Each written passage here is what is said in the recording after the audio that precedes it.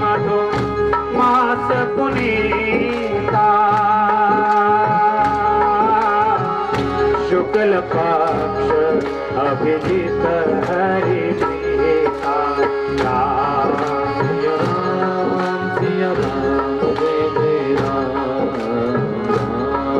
सिया राम सिया राम जय जय राम। ऐसे प्रभु का प्राकट्य जब माता कौशल्या यहाँ जब होता है, और कैसे होता है चतुर्भुज रूप में, माता कौशल्या कह रही महाराज मैं तो पुत्र बनकर आपको आने को कहा था, आपको पिता बन करके आ गए।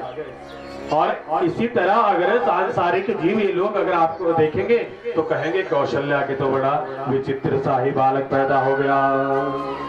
माता पुनि बोली सोमति डोली तजमुता तयह रूपा। माता जो है नारायण से प्रार्थना करी महाराज ये रूप छोड़ करके आप बालक का रूप बना लो। कि जय शिशु लीला यह अति प्रिय शीला यह सुख परम अनुपा। आप जो है अपना नन्ना से बालक का स्वरूप बना लो। प्रभु कह रहे हैं अरे अगर इंसान के वश में अगर भगवान फंस जाए तो ये सच में नंगा करके छोड़ देता है। आज छोटा सा स्वरूप जो है नारायण का माता कौशल्या की गोदी में, और यहाँ पर प्रभु के दर्शनों को करने के लिए सभी देवता लोग आकाश मार्ग में जो है खड़े हुए हैं, पुष्प वृष्टि कर रहे हैं, प्रभु की स्तुति कर रहे हैं, प्रभु की सुंदर स्तुति का गान कर रहे हैं। श्री रामचंद्र कृपालु भजो मन हरण भव भय नव कंज लोचन कंज मुख कर कंज पद कंजारु। श्री रामचंद्र कृपालु भजो मन हरण भव भय। अब देवता लोग क्या कर रहे हैं, पुष्प वृष्टि भी कर रहे हैं। और आज उस प्रभु की बाग की छवि को भी राजा दशरथ के महलों में मनाया जा रहा है। और सभी जो है आज दशरथ राजा के लिए, माँ कौशल्या के लिए, सुमित्रा के लिए सभी बधाइयां दे रही है, क्योंकि बुढ़ापे में देखो एक तो संतान पैदा हुई है। और आज सभी लोग क्या कह रहे हैं, अवधगरानंद भयो। अब जोर से जरा ताली बजाएंगे क्योंकि बड़ी देर बाद भजन आया है और पता नहीं कब जैसे आएगा, तब मत कहना मुझे, जोर से। अवध घर आनंद भयो जय राजा राम की। अवध घर आनंद भयो अवध घर आनंद भयो राजा राम की। अवध घर आनंद भयो राजा राम की। अवध घर आनंद भयो राजा राम की। जय राजा राम की जय राजा राम की। जय राजा राम की जय राजा राम की।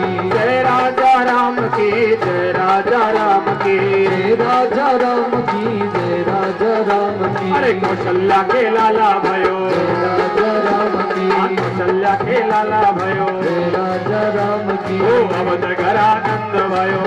ऊपर हाथ करके जोर से शाबाश।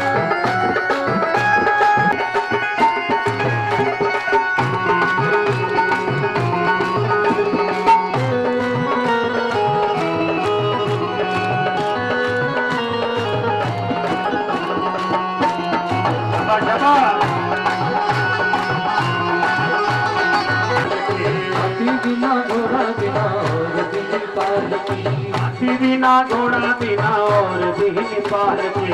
हाथी बिना घोड़ा बिना और दिन पार के। अरे अवध घर आनंद भयो जय राजा राम की। अवध घर आनंद भयो राजा राम की। ओ अवध घर आनंद भयो राजा राम की। ओ कौशल्या के लाला भयो राजा राम की।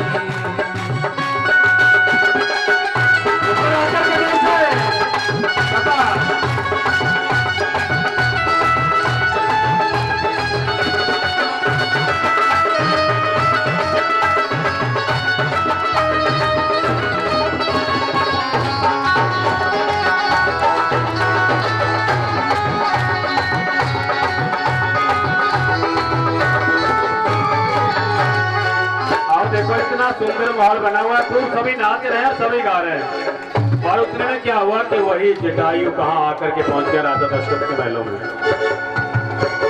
अब बाहर तो सभी लोग नाच रहे हैं, खूब गा रहे हैं, और जैसे ही अंदर जाकर के जटायु जी महाराज कहा राजा दशरथ के पास पहुंचे, ऐसा करो सबसे बड़ा बेटा मुझे दे दो।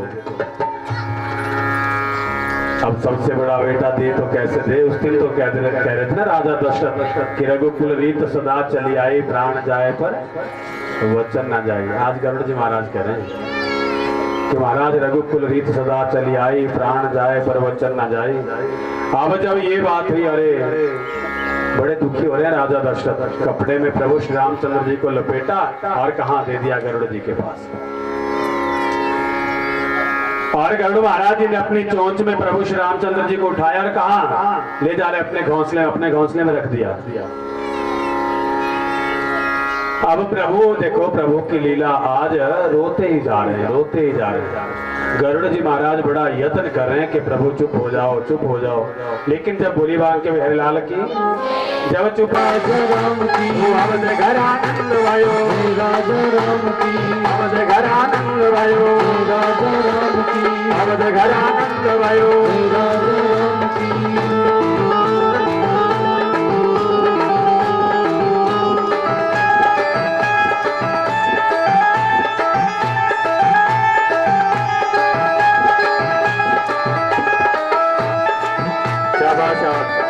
आप लोग ऐसे करते और सो जाते हो ऊपर आकर के जोर से जाता।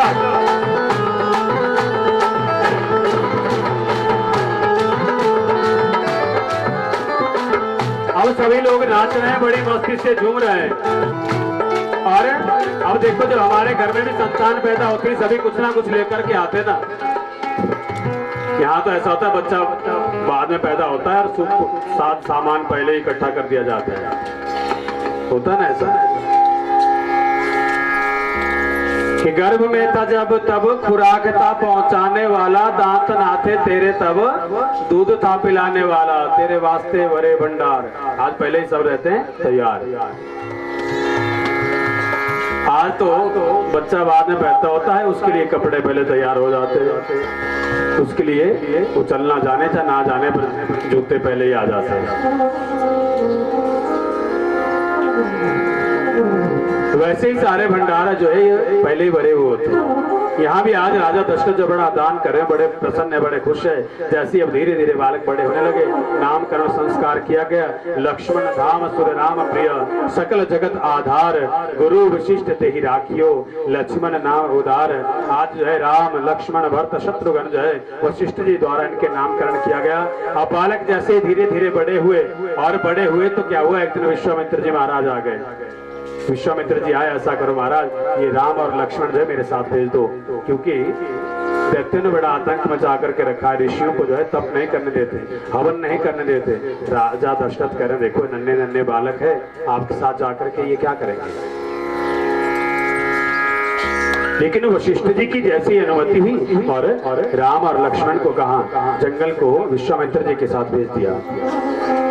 बोले बांग के बिहारीलाल के। अब जैसे ही जंगल की ओर जा रहे हैं, सबसे पहले जो है ताड़का का प्रभु श्री रामचंद्र जी ने वध किया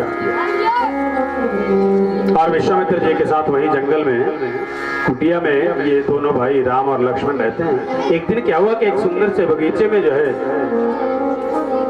दोनों भाई घूमने के लिए जा रहे घूम रहे हैं, सुंदर सी बगिया है और वहां राजा जनक की पुत्री माँ सीता जो है अपनी सखियों के साथ भ्रमण करती हुई आई है, घूमने आई है। उससे उस दिन जो है आज माता सीता का स्वयंवर राजा जनक के महलों में भी रखा गया है। और स्वयंवर भी कैसा रखा है, राजा जनक को जो भगवान शंकर ने धनुष दिया है उसे एक बार खेल ही खेल में माता सीता ने उठा लिया। उसे उठाना बड़ा मुश्किल है। राजा जनक ने प्रतिज्ञा कर ली जो इस धनुष को उठाएगा उसी के साथ में कन्या का विवाह करूंगा। अब बगिया में घूमती ही कहा अपनी सखियों के साथ आई है। वहां प्रभु श्री रामचंद्र जी और लक्ष्मण जी भी है। जैसे ही घूमते घूमते प्रभु श्री रामचंद्र जी की और माता सीता की जब अखियां आपस में लड़ी और दोनों एक दूसरे को ही देखते रह गए। बोलिए श्यावर रामचंद्र भगवान की। बगिया में खड़ी थी जनक नंदनी, बगिया में खड़ी की खड़ी रह गई। राम देखे सिया को, सिया राम को, लड़ी की लड़ी रह गई, बगिया में खड़ी थी जनक नंदनी। अब दोनों एक दूसरे को देख रहे हैं, एकदम से माता सीता की सखियां जोर से झंझोर रही है माता सीता को, सीते जल्दी चलो, आपके पिताश्री आपका इंतजार कर रहे हैं। आज माँ सीता प्रभु को अपना मन ही मन में पति मान चुकी है, और जैसे ही महलों में जाकर के पहुंचती है, वहां बड़े बड़े योद्धा जो है, समग्र संसार के राजा, यहाँ तक कि रावण भी वहां पर विराजमान है। और कुटिया में जैसे ही जाकर के प्रभु श्री रामचंद्र जी और लक्ष्मण जी पहुंचे, और विश्वामित्र जी ने कहा चलो आज राजा जनक के यहाँ, जनक की पुत्री का जो है स्वयंवर है, वहां चलते हैं। और प्रभु श्री रामचंद्र जी लक्ष्मण जी जो है विश्वामित्र जी के साथ कहा राजा जनक के महलों में चले गए।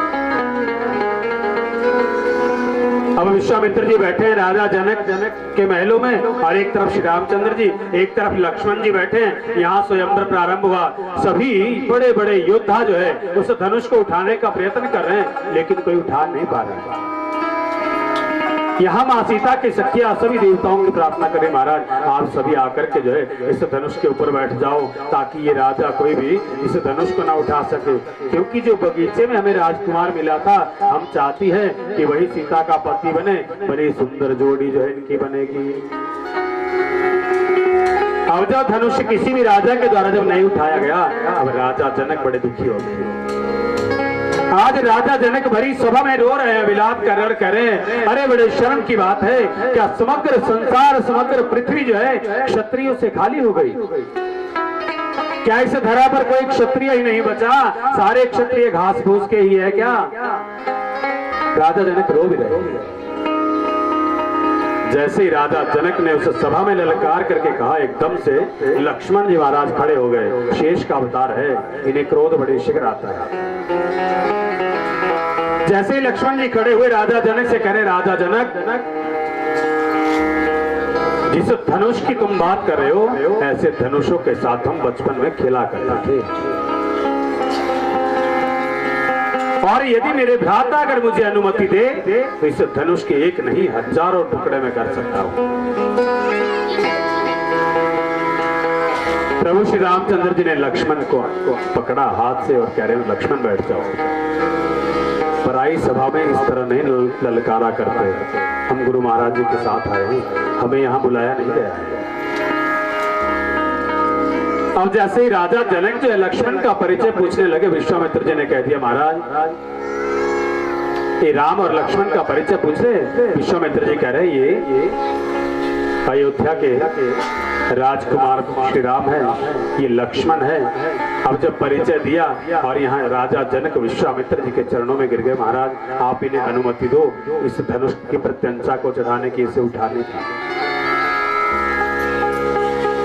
अब विश्वामित्र ने जैसे ही प्रभु श्री रामचंद्र जी को आज्ञा दी, प्रभु श्री रामचंद्र जी गए, सर्वप्रथम गुरु महाराज जी के चरणों में प्रणाम करते हैं, अपने माता पिता का ध्यान करते हुए उनके चरणों में प्रणाम करते हैं, धनुष के पास जाकर के भगवान शंकर को प्रणाम करते हैं, सभी देवताओं का ध्यान करते हुए प्रणाम करते हैं, और उस धनुष को उठाया, प्रत्यंचा को जैसे ही चढ़ाया, उस धनुष के टुकड़े हो गए। बोलिए श्याम रामचंद्र भगवान।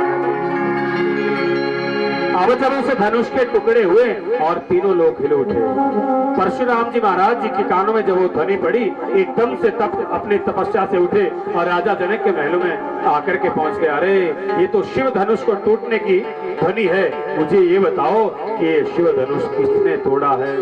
जिसने इस धनुष को तोड़ा है उसे मैं जीवित नहीं छोड़ूंगा। मैं जानना चाहता हूं इस धरा पर कौन सा योद्धा ऐसा क्षत्रिय बचा है। परशुराम जी ने एक नहीं 27 बार इस धरा को ऐसे हाथ पर उठा करके ऐसे पलट करके जो है हेहो वंश के क्षत्रिय का विनाश किया था। खत्री होता ना, खत्री जानते हैं आप? खत्री खत्री कहीं कहीं बिरले बिरले मिलते हैं, 2-4 अगर सुन्नी में होंगे तो 2-4 कहीं शिमला में मिलेंगे, बड़े बिरले मिलते हैं। ये क्यों मिलते हैं? आपकी सुन्नी का जो राजा था सहस्त्रबाहु, इसके वंशज है ये खत्री सारे। और जब माता रेणुका ने अपने शरीर को जब त्यागा था सहस्त्रबाहु जबरदस्ती मां रेणुका से विवाह करना चाहता था। माता रेणुका ने छलांग लगाई अपनी उस आंगन की बॉडी में, वहीं पर अपने प्राणों को त्याग दिया, जो आज रेणुका झील के नाम से परिणित है। और परशुराम जी को जब ये पता चला तो सहस्त्रबाहु की जो सहस्त्र भुजाओं को उन्होंने काट दिया था, उन्हें मार दिया। और इस वंश में जितने भी क्षत्रिय पैदा हुए हैं कि मैं किसी को छोड़ूंगा ही नहीं। जो बाद में बचे ना ये क्षत्रिय, इन्होंने कहा कि महाराज क्षत्रिय नहीं, हम तो क्षत्रिय है, तब ये बीच बीच में बचे थे। यही परशुराम जी जब आकर के पहुंचे कि कौन सा ऐसा क्षत्रिय बचा है। अब एक तरफ ललकार रहे हैं परशुराम जी और एक तरफ लक्ष्मण जी महाराज। बीच में आकर के खड़े हो गए प्रभु श्री रामचंद्र जी महाराज, आप ब्राह्मण है, हमारी अयोध्या में ब्राह्मणों का बड़ा सम्मान किया जाता है। परशुराम जी के चरणों को स्पर्श किया और उनकी सारी शक्ति को अपने में समाहित कर लिया। आज परशुराम जी में इतनी भी शक्ति नहीं बची कि अपने फरसे को उठा सके, वो भी जमीन पर गिर गया। जब तक ताली जोर से नहीं बजेगी तब तक कृष्ण जी वाले आने वाले नहीं आते। और जो छोकरा करके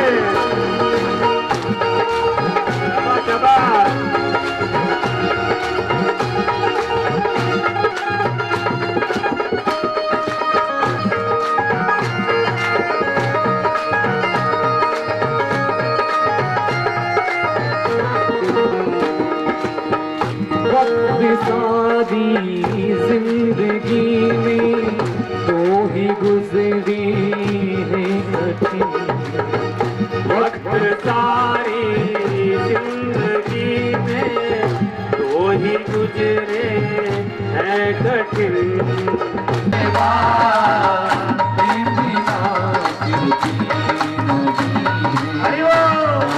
हरि के नाम की बिना फिरती नहीं है।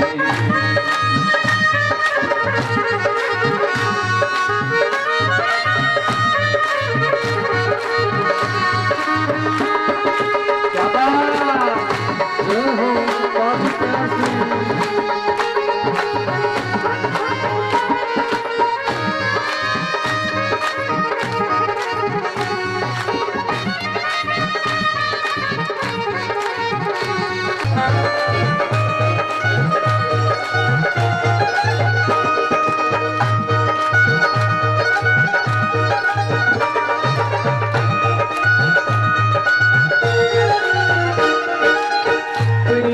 करना ऐसा करना जैसा राधा ने किया।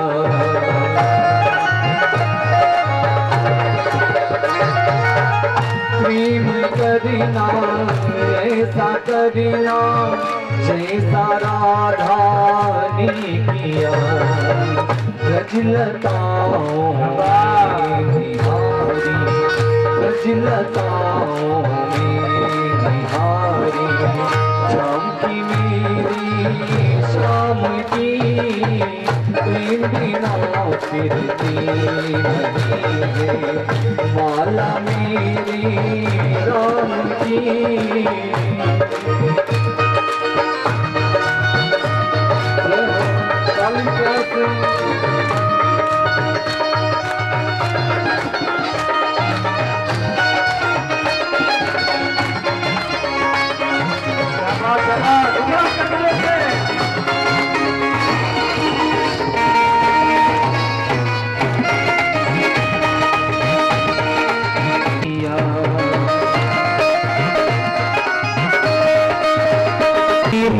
करना ऐसा करना जैसा मेरा ने किया, जैसा मेरा ने किया।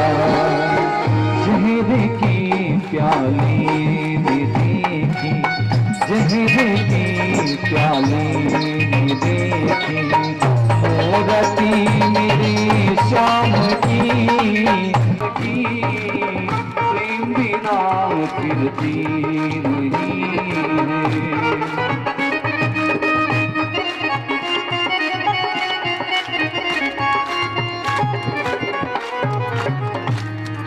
बोलिए श्याम रामचंद्र भगवान की।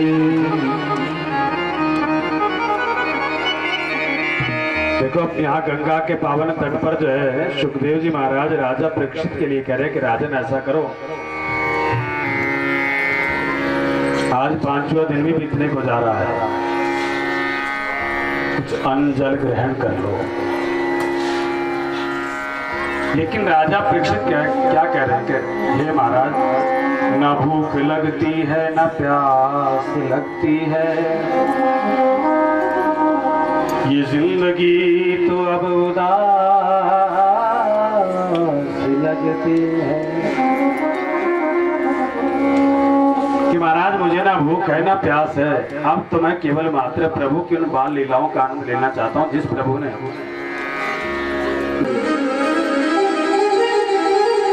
कहा था ना उन्हें एक दिन, यत्र पूजन्ते नार्या तत्र रमन्ते देवता।